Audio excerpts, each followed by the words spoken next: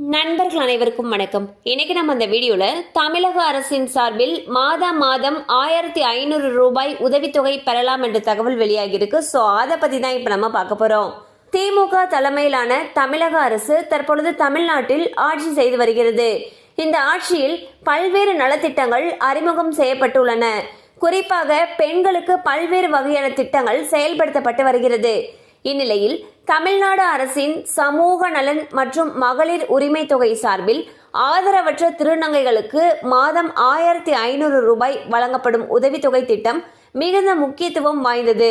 இதன் மூலம் 40 வயதுக்கு மேற்பட்ட ஆதரவற்ற உடல் உழைப்பால் சம்பாதிக்க முடியாத திருநங்கைகள் தங்களுடைய தினசரி தேவைகளை சுலபமாக தீர்க்க முடியும்.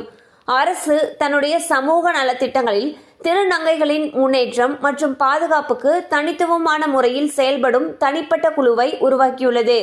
திருநங்கையர்களுக்கு உதவிகள் வழங்கும் வகையில் அவர்களுக்கான அடையாள அட்டை பெற்றவர்களுக்கு வாக்காளர் அடையாள அட்டை, ரேஷன் அட்டை, மருத்துவ வசதி மற்றும் இலவச வீட்டு வசதி ஆகியவை வழங்கப்படுகின்றன.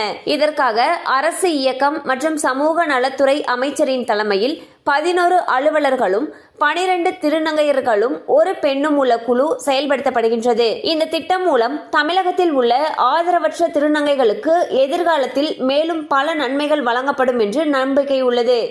உதவித்தொகைக்கு விண்ணப்பிக்க முதலில் திருநங்கை நல வாரியத்தில் பதிவு செய்ய வேண்டும். கடந்த 2023ஆம் ஆண்டு மார்ச் மாதம் வரை 1000 ரூபாய் என வழங்கப்பட்ட உதவித்தொகையானது தற்பொழுது 1500 ரூபாயாக உயர்த்தப்பட்டுள்ளது. இது சமூகத்தில் உள்ள ஆதரவற்ற திருநங்கைகளுடைய வாழ்க்கையை மேம்படுத்துவதற்கான ஒரு அரிய முயற்சியாகும். ஸோ பார்த்தீங்கன்னா ஆதரவற்ற திருநங்கைகளுக்கு உதவி செய்யும் நோக்கத்தில் தமிழக அரசு உதவித்தொகையை அறிவிச்சிருக்காங்க. மாதந்தோறும் 1500 ரூபாய் உதவித்தொகை வழங்குறதுக்கு இருக்காங்க. இதுக்கு முன்னாடி வரைக்கும் இந்த தொகையானது 1000 ரூபாய் என வழங்கப்பட்டிருந்தது. தற்பொழுது 1500 ரூபாயாக உயர்த்தப்பட்டிருக்கு. ஸோ இந்த உதவித்தொகைக்கு விண்ணப்பிக்கணும்னா முதல்ல திருநங்கை நல வாரியத்தில் பதிவு செய்யணும்னு சொல்லியிருக்காங்க. தேவைப்படுறவங்க இந்த வாய்ப்பை பயன்படுத்திக்கோங்க.